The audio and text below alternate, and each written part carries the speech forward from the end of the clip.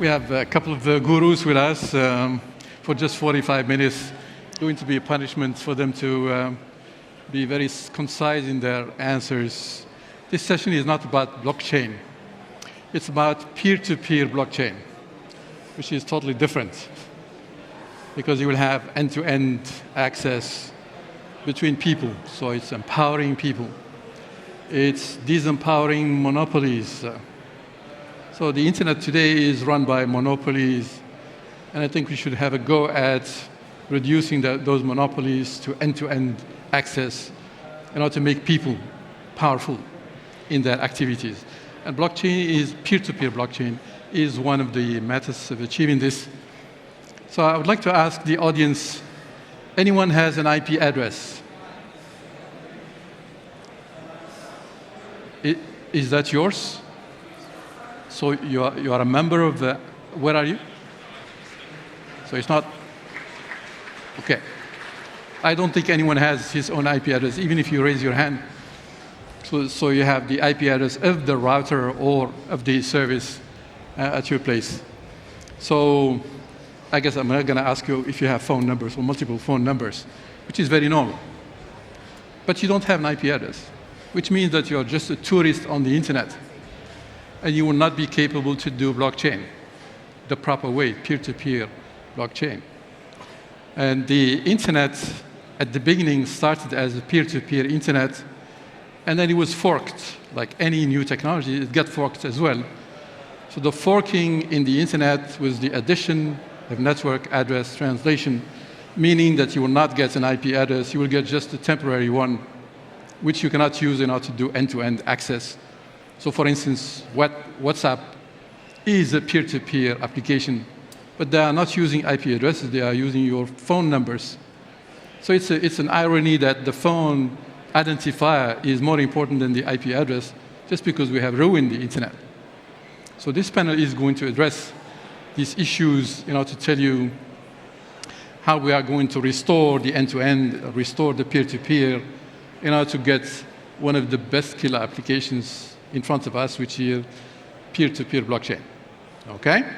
That's our interest, in the interest of the IPv6 Forum. And here I have with me some great technologists in this area. I would like them to briefly introduce themselves before I start asking questions. Ralph. Hi, I'm Ralph Wallace, and I can spell IPv6. And the reason I say that is that for 9 years I was, and by the way, nobody get upset. Nobody get upset. For 9 years I was a U.S. federal employee where I was the Internal Revenue Service IPv6 transition manager. Okay, nobody run away. Nobody run away. Technologist, not business. Technologist. And then after that, I worked with Verizon for a while. And currently, I'm the IPv6 lead in supporting the Veterans Affairs Administration of the United States with their IPv6 transition. And I'm working within Azure and AWS cloud environments, creating IPv6 only there. And I'm going to turn it over to my colleague here on my left. Yeah, Jake. Thanks, Ralph. My name is Jake Jones. I am the head of infrastructure and business program manager with the BSV Association. And I've been with them for the past 3 years working on various projects such as Terranode and moving into some other new and exciting projects like overlays and SPV wallet. And all of these have to be integrated with IPv6. So hopefully we can get into that discussion today. Can you speak louder, please, so we can hear you? Hello, everybody. My name's Hugo Feiler. I'm the co-founder and CEO of Minima. Minima is a layer 1 blockchain. It is a UTXO power-backed blockchain that is lean and compact enough to run in full on mobile phones and IoT devices. That means that we can effectively allow all devices to become their own economic units at the edge. So you can generate tokens on device, you can do token attestation on device, and obviously you can do peer-to-peer communication and value transfer device to device. We are primarily working at the moment in the automotive industry with a number of sort of live use cases, which obviously we'll probably get into later on, but really nice to meet you all. Thank you. Greg. Thank you. My name is Gregory Ward. I'm the Chief Development Officer and co-founder of Smartledger Solutions. We are an enterprise-grade blockchain development house and distribution channel. We have created applications in the space of concert and event and virtual ticketing for physical and virtual events. We've created cybersecurity applications. We have partnerships with IoT devices capturing weather data. All of these applications, as my colleagues on stage pointed out, require IPv6 for a true value-driven environment between stakeholders. So I look forward to the discussion. Thank you, Greg. You have already responded to the first question, so you have to find something else. So we'll make it very simple. The first one is, what are the benefits of adding IPv6 or putting IPv6 on top of blockchain, or the other way around? And the second question will be, what are the challenges? And there are many, especially for a large-scale thing that you are working on, many of you here in this place. And the third one is the visions. So I'm going to go back again to Ralph and tell us about the benefits. I know you can talk for hours. If you can give us... Unfortunately, yes. Unfortunately, yes. Just give us the silver bullets. After all these years of explaining to people the business case, the appropriate business case for IPv6 within enterprises, it's interesting what actually generates the interest. And so the benefits for IPv6 is reduction of administrative overhead. And now this is inside your enterprise or across the internet, the IPv6 internet. How many people in here understand that there's an IPv4 internet and an IPv6 internet? Hands, please. You know what? That, by the way, in other conferences I've been at, this is a better audience. Reason being is that as soon as you understand that, you're going, wait a minute, the future is IPv6.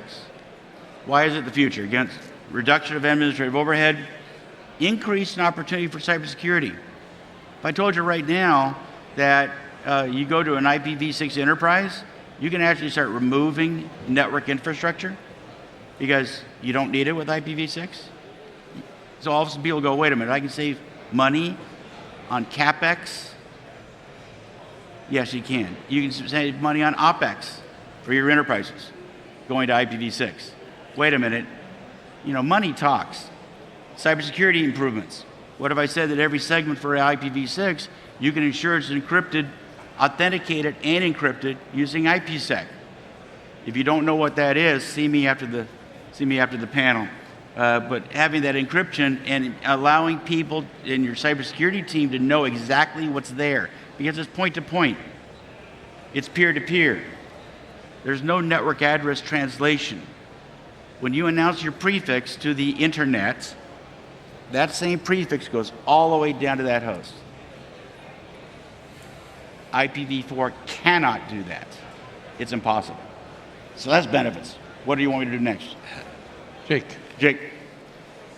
So building off what Ralph just said, when it comes to blockchain, we have to ask ourselves, what is the value proposition of blockchain? What's it providing that current systems don't provide yet?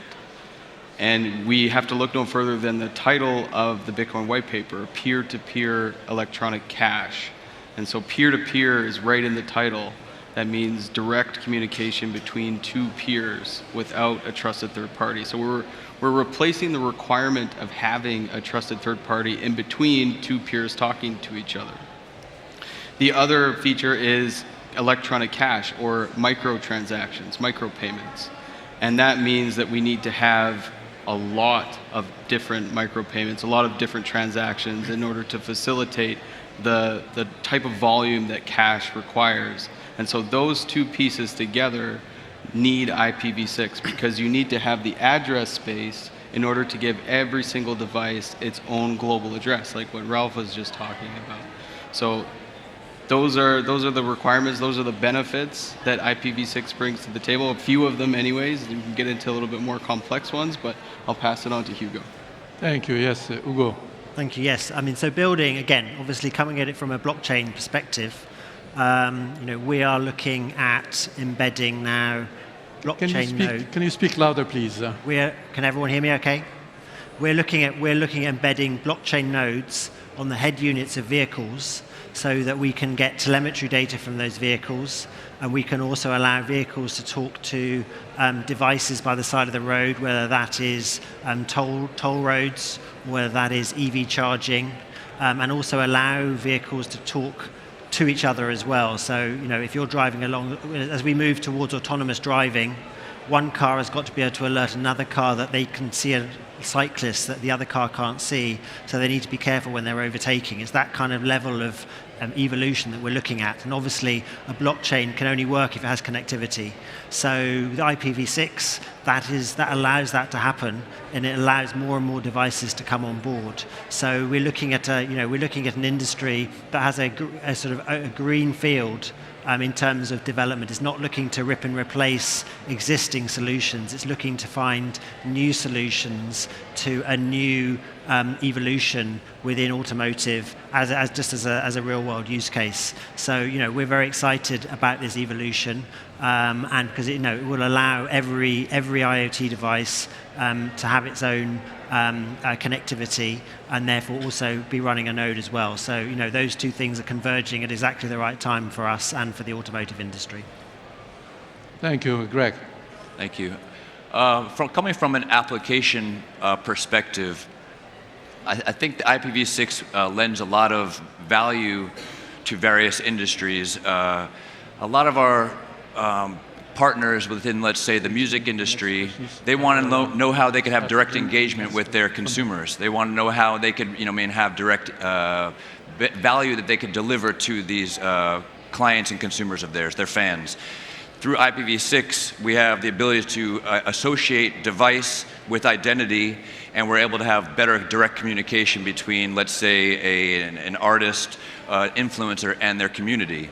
But in general, identity, although Bitcoin allows a firewalled identity, we're able to associate that with our IPv6 addresses and our IPv6 devices and have more two-factor and three-factor authentication to where it goes everything from your benefits of a music industry, but all the way to cybersecurity. We were speaking earlier with Hugo's brother about something like you can imagine nuclear codes having two keys having to turn, and you're requiring knowing who is the identity of this person holding this device biometrically associated with their IPv6 address and all these things. And now we have serious responsibility and accountability and auditability over activity, right? When we need it publicly available, where it's a nuclear code, or when it's privately needed, we could obfuscate and firewall identity, but still have a direct communication between application and those who are benefiting from the value that we're trying to give. Okay, so I guess now we know what the benefits are, but most probably we don't know what the challenges are and the problems as well. I'll reverse now. We'll start with you again. So what are the challenges we will have or we have that we have to... Well, I think as Ralph pointed out, we're lucky to have so many people who understand IPv6 in this particular audience. I don't think that the world needs to know about IPv6 specifically, right? Like those who are going on Spotify or the newest blockchain music application doesn't need to know about IPv6. They're gonna know all the value that's coming to them. It's the enterprises and getting them on board and selling them on the value of the transition. So I think that's probably the biggest obstacle, is just getting people to realize all the value, and as Ralph pointed out, the efficiencies and the cost savings that we'll be able to deliver through IPv6, and the necessity, as Jake pointed out, in order to actually monetize all of these devices that we have. We're living in a world of IoT, your smart refrigerator, your smart phone, your smart whatever, toaster, I don't know. Everything is going to need this. So we have obstacles because there's a lack of knowledge, but I think that the value driven is going to change that. Yeah, Hugo? So I think, again, you'll know this far better than me, but I get the sense that the fact that IPv6 is not sort of backwards compatible with IPv4 means that people are sort of, if they don't have to do something, they won't until they have to. And so there's always a level of slowness to pick these things up.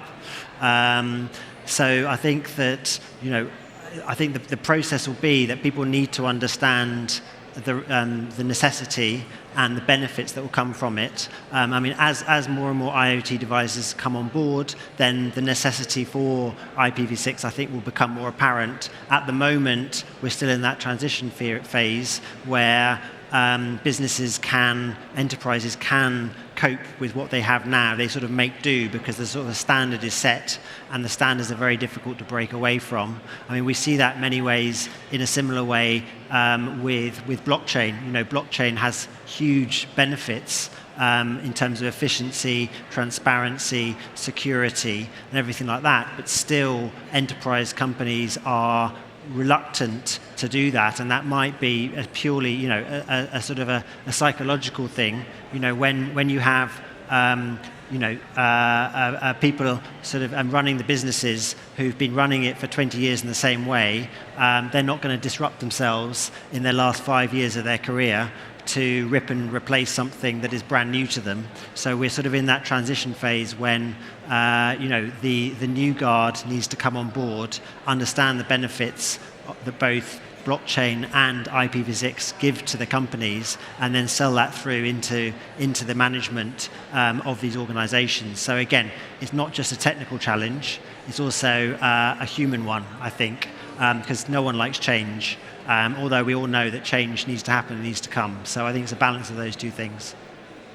Thank you, Jake. I definitely agree with what you said, Hugo. And I would call that inertia, because there's only really two ways to get people to do something. Either they're getting to a point where they have to do it, because if they don't, something's going to happen, or there's an alternative that's so much better to what they're doing now that it makes sense for them to switch. So the challenge is getting things to the point that people will make one of those two decisions. And so when it comes to blockchain, it's being able to demonstrate all of the new business models that are now possible by way of micropayments. So you don't have to depend on ad revenue anymore. You don't have to depend on monthly subscriptions. You can actually charge as a pay-as-you-go per use model, and that's something that is really foreign. So it takes some time to seep into the collective conscience before those types of things happen. So the challenge is really finding what those points are and making sure that people are aware of them, and then having the patience and the time to let those seep in and have people make those decisions. Thank you. So my friend, Ralph. How of these gentlemen over here just said, oh, by the way, the culture's different. For you people out there who work in offices, or, you know, how many times have you talked to your IT people and says, am I using IPv4? No, you don't do that. Why? Not your need. Your need is to conduct business. IT is here to ensure that you conduct business. Who was the first CIO? It was the CFO, right? Because they had all the accounting business stuff. So here we are with the challenge for IPv6. It's like, why IPv6? Now for me, in 2005, when the first US government memo came out saying, go to IPv6, everybody went, why? And I've been one of these guys that going, well, here's the reason why. Here's the value proposition. This is what we can do here. We can reduce money spending here for CapEx, for OpEx. We can increase our cybersecurity posture. We can do all of these things. And of course, as soon as you say it to somebody, they go, well, how come nobody told me this before? Well, I'm here. I'm telling you now. So part of the challenge is people like you now understanding that, oh, by the way, when I log on with my laptop, do you have an IPv6 address? Do you care? No. Can I do my business? Yes. But now you can ask the question and go, wait a minute, am I using the next version of the internet? Is my enterprise, who's taking care of me, am I using the next version of the network protocol that's going to make it easier for people to run the business? If you're talking about time to market for your data and you're not using IPv6, your competitors are eating your lunch. So the challenge is, do you know that you actually are using the latest version of the next generation of the internet, which has been around for a while? It's stable. It's going to work. So is it a challenge? It's the awareness question that I think all of my other colleagues here said.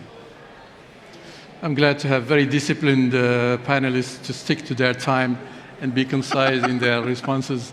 So the vision, 3 visions for each one of you. I'll start with you again, Greg.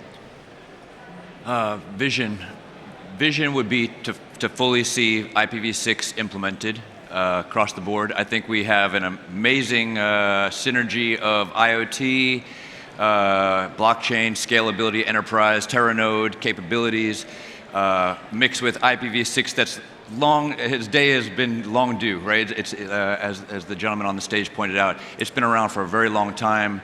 It's just people didn't see the value or the need, but now we just have the ability to now have geolocation capabilities, direct peer-to-peer payments. So my vision is, again, as we said, to abstract away all the complexities, to just deliver value upon value upon value, and also at the same time, my vision is to be able to provide as much of the privacy that humanity deserves, right, and needs and wants and it requires, at the same time provide as much value and benefit out of the devices that you have in your pockets, and be able to enjoy all the content that people are making, and you as a content creator maybe, or a cybersecurity expert, deliver all the value that your company can deliver through IPv6. And I think that we'll see that it really is going to make a big difference in the underlying technology, the plumbing.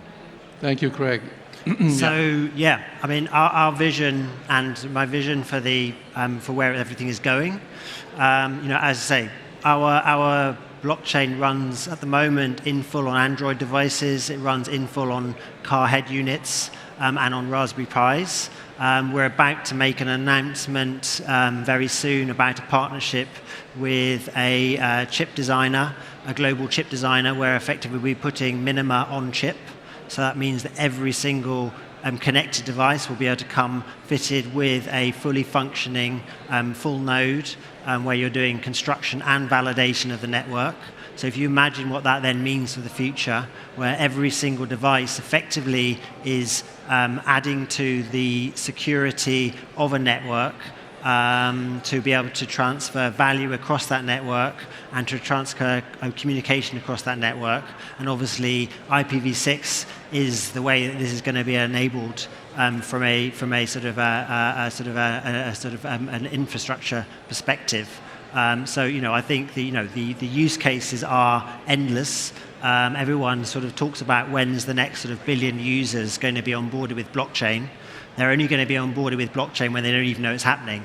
I mean, I think to your point as well, they don't care what the technology is. They don't care how it works or why it works. They just care what they're going to get out of it, which is understandable. Everyone has a busy life. They're not trying to work out how a car runs. They just need to know that it gets from A to B. So I think that is the plan. And this wouldn't have been possible 20 years ago. But now we're sort of down that line, and so now technology and the devices are capable of doing that kind of stuff. And so the only thing to wait for now is for people to find the utility that these devices can give to people, and the way they go, they'll be using it. Thank you. Jake? So, Tim Berners-Lee came up with the concept of the semantic web. This has got to be at least 15 years ago. And in this new idea that he had, he called this Web 3. And so Web 3 is a term that's been around for a long time. And the concept of the semantic web is essentially you're going past just pure hyperlinks, and you're adding semantic connections between these hyperlinks. This is metadata and how everything is connected. And so that's kind of where I see blockchain coming in and making this stuff possible, because nobody's just going to implement this, as we talked about the inertia. You need the incentives. You need to have value added to the semantic web. So it's Web3 to me is the semantic web of value. Right. And that's where I see blockchain coming in. So it's going to be drawing these connections via micropayments. And Stephen Bartlett was talking about earlier, he used the Ford analogy where the innovators were trying to get a faster horse and they didn't even see the car coming. I think this is kind of, we're ending up in the same situation here where people are looking at this still from a Web 2 perspective, and they want to jam everything in through this perspective using a server or whatever, what have you. It's very hard to think about what a peer-to-peer internet really looks like, and I think this is where things are going. So as this stuff starts to seep into the collective conscience and people start to understand it more clearly, the answers are going to become a little bit more clear. But yeah, it's going to be this new way of looking at things that comes down to microtransactions, micropayments, and all of the new ways of looking at data that brings along with it. Okay, thank you. There you go. Well, you know, how many people in here understand applications and where applications fit with their network protocol? Now, there's a few of you in here that are going, oh yeah, I got this, right? So one of the things with an IPv6 transition, whether it's I'm talking about inside the enterprise, the long pole in this tent is your applications. Why? Your applications have hard-coded IPv4 addresses inside of them. Why do they have hard-coded IPv4 addresses inside of them, you ask? Here I am going, well, back in the day, the only protocol you had was IPv4. So how do you resolve a host on a network? How do you go host a host on a network?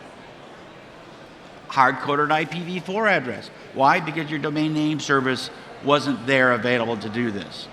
Now, that's fine. I did some esoteric type of stuff. Just to let you know, today, for the IPv6, we tell people do not hard-code IP addresses inside of them. Why? You don't need to. The DNS is going to be fine to help you out with that. The challenge, though, is that, wait a minute, I've been doing this organizational change management, right, guys? This is the way we've been doing it. We've been making money. Why do I need to change? Well, because it's easier to do stuff over IPv6, and you can't show it to them, right? I'm from Missouri. As a U.S. guy, I got to say that. So I'm from Missouri. Show me. Well, as soon as you start showing them that, they go, "Wait a minute, it's that easy?" Seriously, I really tell everybody to accept this challenge. Pilot IPv6 within your enterprises. Pilot it. I don't care how big a pilot it is. Pilot it and show the proof. I'm living proof that latencies are reduced, bit error rates are reduced, you increase your cybersecurity posture, right? So my vision is that everybody gets onto IPv6 and understands the value of IPv6.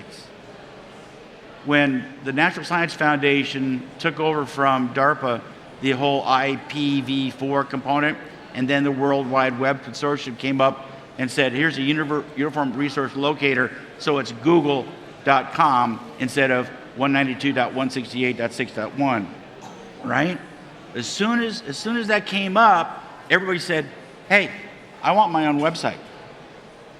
How many people in here got a new website, got their own website? I ran a bulletin board, you know, at 9600 baud, right, for a long time, and then I got my own website because I could. That was an internet economy. I'm coining the phrase internet economy. My vision is that people understand that when you're using the internet, it betters your life. We're in an information age. That when you realize the value of information is when you use it to effect decisions. Now we can start talking about AI. No. But the point though is here's your information. Does IPv6 give you a better opportunity to have increased reliability of the information that you have? Yes, that's part of my vision. Excellent. So it's very simple. We have today about 2.5 billion people using IPv6 without knowing it. And that's the way it should be for the time being. And we want to achieve 10% of this to use blockchain in the next couple of years. That's 250 million people. That is not impossible if we put the real marketing technology efforts in order to do this. And I think I see a great community here to achieve this together with us. Second one is we are going to sunset IPv4 and NAT in the next 8 years, probably by 2032. So everyone will be basically on a peer-to-peer internet. What do you call it? Web 3, whatever. It's internet. So it's a blockchain internet. That would be a fantastic achievement to empower every single person to have an opportunity, be it for education or for business or for whatever, or for guys like Kevin to do his shows around the world.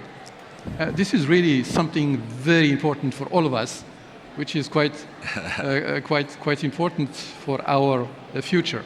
And we have another 12 minutes for Q&A. It's amazing that I could get these people under control. That's unbelievable. Yes, please. Do we have a mic, mobile mic? And we have another one. Most probably was not foreseen. Oh, there. Before it goes, can I just say something? Notice I didn't say a thing about blockchain in my presentation, my component. Why? Because it's irrelevant. Right. Yeah. But so is blockchain relevant? Yes. Yes. Are there other technologies that can use IPv6? Yes. Are they relevant? Absolutely.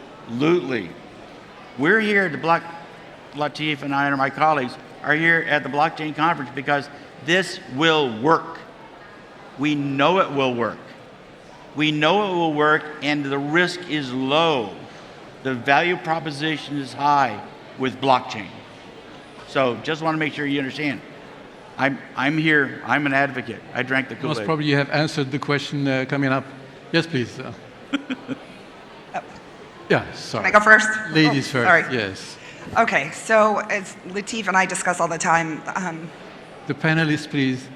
I'm just saying we've talked about this quite a bit. So when I first started going to crypto conferences back in the day, everybody talked about the advent of the web, and the original web had security, and certain people wanted backdoors, and it had payment rails. So as I always say to you guys, and we discussed yesterday, I see this as the real Web 3, right? But what's taken so long? We have 8 billion people on the planet. Why are we only going for 10%?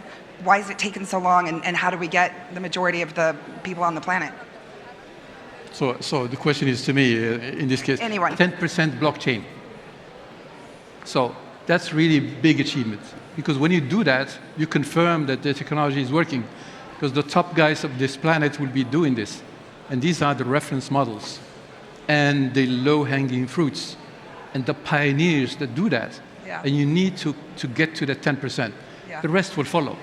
Okay, so it's very important. And this, we've seen in all kinds of technologies that you have to get the good guys to do it to show how it's done. It's very normal. It's like having professors teaching you something. The same thing applies to new technologies. Okay? I'll add to that. Where are you? Can you? Is that only from a? Sorry. Sure. Yes. Yep. I say mainly from a blockchain perspective, obviously, but it's UX and UI. At the moment, it's a pain in the arse to use crypto. The people that do it are crypto natives who are in it for, the financial incentives around it. And so until it becomes as easy for everyone to use, then, it's always going to be a big barrier. And people are, they have busy lives. So trying to get their head around it. And also, I don't think the media doesn't help it, because they love a scandal and they love a bad thing. And so, all the bad stuff comes out and floats to the top rather than all the good stuff that can come out. But again, we're working hard on reversing that, basically. Well, I think it's also application-based as well, right? If you had Netflix come out with IPv6, inherently involved in their mobile version, or, right, some of our work in IPv6, we found that some of the larger partners that we had haven't implemented in some of their infrastructure. So it's working with infrastructural, right? But also, as Hugo pointed out, let's say, again, not to use a silly example, if TikTok had beneficial loyalty points and so on and so forth, that's IPv6 blockchain driven, it's going to be just accepted because of more benefit people are. So I think it's going to be a mass adoption through either a kind of a 100th monkey type of situation where, I mean, maybe we just all kind of pile in through various applications, or you might have one that really kind of pushes it into the sphere. But I think it's happening. I mean, it's accountability, payments, right? All these things. Right. Anyway, next question. Just real quick one. The gentleman yesterday at the keynote, I thought was doing very, very good when we started talking about porn. And so here's John's going, yep. So one of the things 10 years ago, actually 14 years ago, we said, what's the killer application for IPv6? I said, put all the porn sites on IPv6. Gaming, porn, whatever like that. Now, I'm not being facetious. Okay? What's the value of getting the data time to market? Goes back to my point earlier. Data time to market. Allow you to have the information so that you can make the right decision process. If you can get it faster, you're ahead of your competition. Sir. Next question. There he is. Hello. Hi. I tried to get a Danish ISP to implement IPv6, and it took them a long while, and then they answered me back that they were uncomfortable with having their internal servers accessible from the internet. How do I respond to that? Tell them to get a web proxy. Change your ISP. Yeah, that's true. Change the ISP. You get a proxy. You use your web proxy. You get your recursive DNS resolver. There's ways to do this, right? And I mean, how do you? In the IRS, we got IPv6 global unicast throughout the IRS. Does anybody have access to any host inside the IRS? No.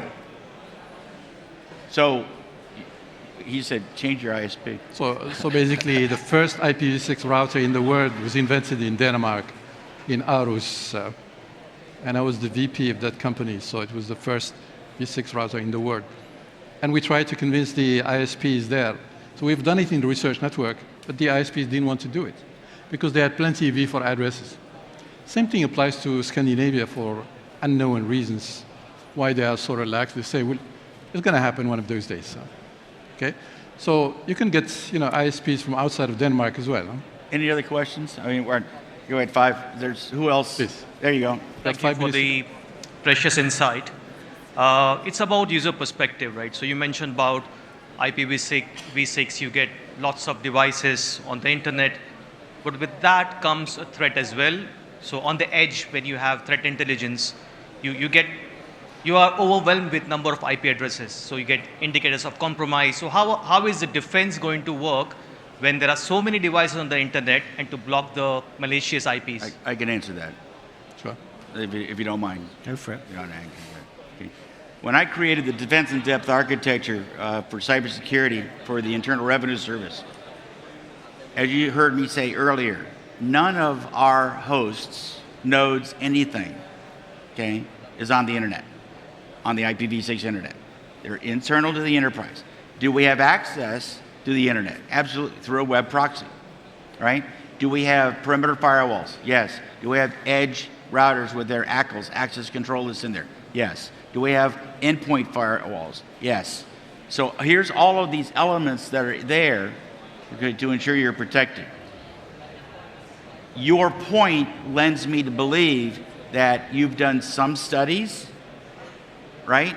And part of the concerns, and this is one of the things too, there's people out there that churn.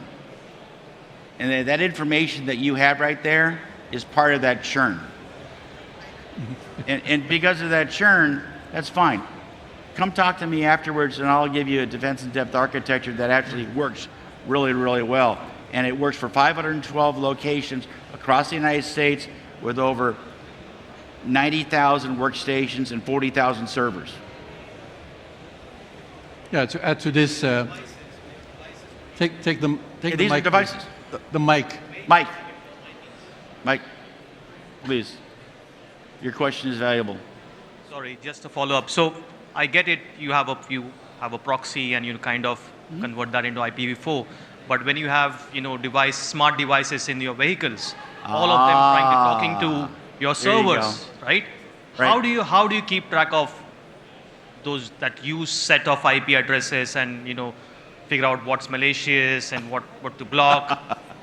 The reason I'm laughing is that one of the things that I'm doing with this new property that John Lee and I are starting up is that many of the problems with large enterprises is that they don't have IP address management. They don't understand that because IPv4, I just need another block. Just put some more IPv4 out there, and I'm going to do a network address translation. I don't need any really good way to know what's going on. IPv6, it's huge. One segment, just one segment, right? One local area network, right? One segment. 18 trillion IPv6 global unicast addresses. It's inconceivable for somebody to go, oh, wait a minute. You're giving me that many addresses? Now, an IoT device, how many IoT devices are needed in order to accomplish the function? Which I think that's one of the things you're bringing up. Okay? So it's nice to know that you can do it right with IPv6. But you have to understand the architecture. You have to think it through. You have to follow appropriate engineering rigor. Maybe I can just jump in and add a bit of a blockchain perspective to that too. Oh, yeah. So that's good.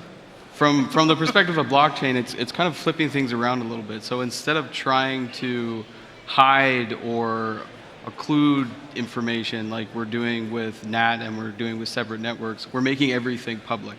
And that doesn't mean that you have to share all the details of everything, right. But we're making every one of these actions public. So you can do an integrity check on what's happened, and then you know what's happened. You can go back and correct things that happened, or you can be alerted, like one of the products that Greg's company has been working on. They do this, and it'll tell you that something happened. It'll give you an alert so you're aware of it. The more light gets shined on an area, the less crime that's happened. That's a well-known study. They just added street lamps to a street, and crime reduced. By the way, don't deploy IoT with NAT. It's hackable immediately. Can't. So, and we are at 0-0. We can take maybe another question. Oh yes, okay, sure. Thank you. I just had one question. What role will ISPs play in the MetaNet, in the semantic web of value, and what role will blockchain play in the service offerings of ISPs? Two separate questions. Go ahead. We have 20 seconds. What was the first one? Sorry? ISP. What role would the ISPs play in the new Web3, and then what role would blockchain play? Let me hit on ISPs. Can I do ISPs? Yeah. Okay. New ISPs.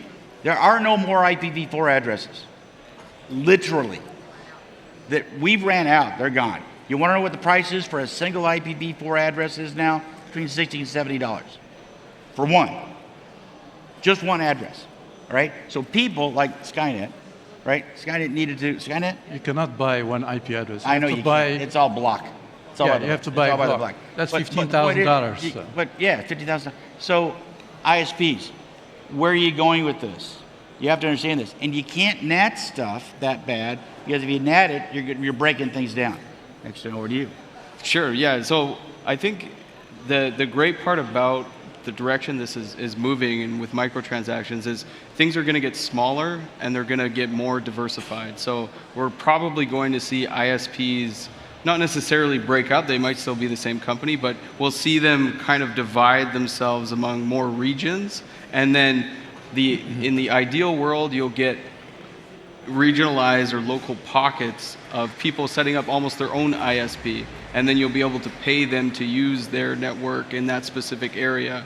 And it's almost like the toll road concept being applied in a whole bunch of different places, just because you have the power of microtransactions. So which brings me to we have to close. So a few words. You are the future blockchain. You are the only people that are doing the right thing for blockchain, for the enterprise, for the governments, for the industry. It will take a lot of efforts, because we went through the same thing with IPv6. It took us 25 years to get to 50%. will not take you that much because you will be using IPv6 right from the beginning, so you'll be de facto standardized as IPv6 end-to-end, peer-to-peer application, and one of the largest in the future. May I say one last thing? All of us are available. We're here at the conference. You see us afterwards. Pigeonhole us, pull us off to the side. We're more than willing to talk to you about what we have involved with our vision, our challenges, and our successes.